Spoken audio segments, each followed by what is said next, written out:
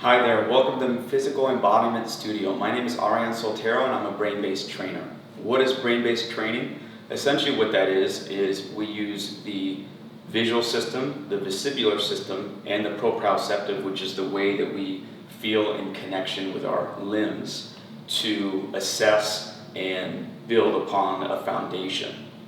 So the steps that we take in a brain-based lens are to essentially connect, like a GPS system would, coordinates from our eyes, inner ear, right, which is the way we kind of balance when we move our head and ears, and our body for the sensory that we receive from the world around us. So when we're touching the floor with our feet, when we're either having bands, holding weights, all of that is information, that is all input that we receive, and we make a choice based on processing what the output is going to be, whether it's a movement output, pain is an output, fatigue is an output. So these are various outputs that the body chooses, like an opinion of the body, to express whatever the information, or process whatever the information that's coming in.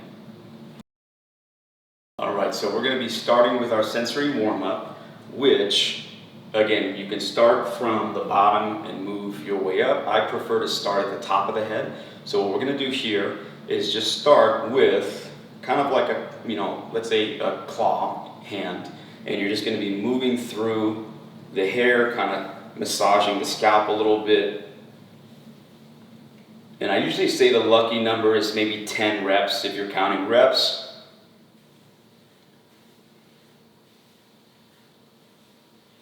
And then we're going to move into the ears.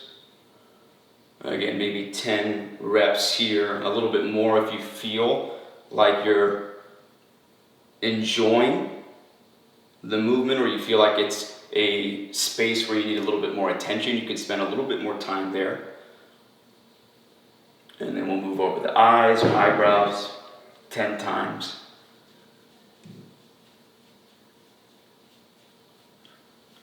And then we'll start to make a bigger circle around the entire face. And then we'll start to move down the neck.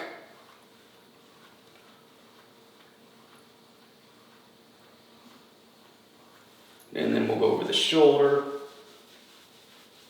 And you can start to move maybe from the deltoid to the shoulder into the pec a little bit, 10 times or so, switching sides.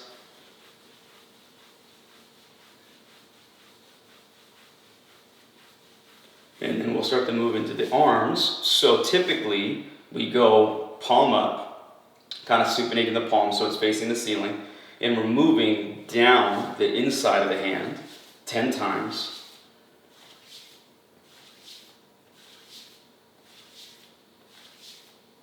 And then we'll flip the hand over so that the palm is facing the ground, so pronating the hand and moving upward.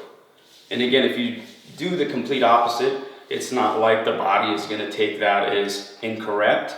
It's just we use kind of a downward motion on the inside of the hand typically, and then move up the fingertips, right? Because we have a lot of receptors or sensory receptors that are in our hands and our feet that can essentially, different types of receptors that can feel like grains of sand, right? So they're more detail oriented. We have heat receptors or thermoreceptors, mechanoreceptors. So we like to engage depending on which part of the hand that we're moving down.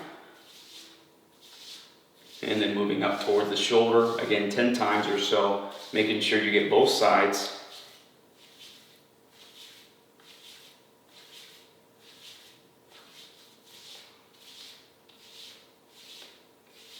And then once you get about 10 per side, we're going to go back to the abdomen area or the T-spine area. So we're trying to move maybe in the upper region of the ribs 10 times.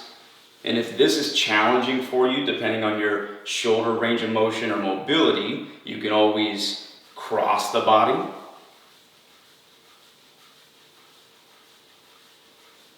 And then going 10 times on the other side.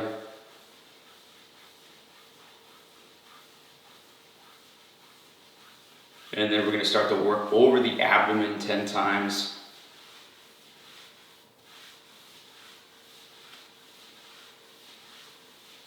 And then we'll start to massage the navel, and we're trying to go both directions, right? Not to prioritize one or the other, but just making sure that you're massaging into kind of the navel or belly button area, or right below that if it feels a little sensitive for you, 10 times. You can go clockwise and then counterclockwise, 10, 10. And then this motion is similar to a hinge or a squat. We're going to be moving down the back side of the leg, and then we're moving up the inside of the leg to come up to the front side of the hip. Again, down the back side, in and up, down the back side, in and up. That's 3. We'll try to get 10 reps total.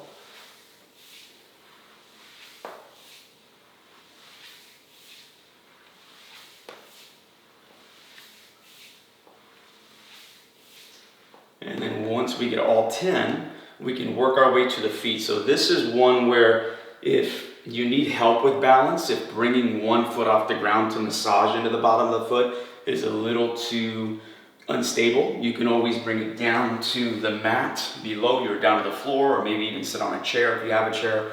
And you can bring one foot up and start to massage into the bottom of the foot, maybe into the toes.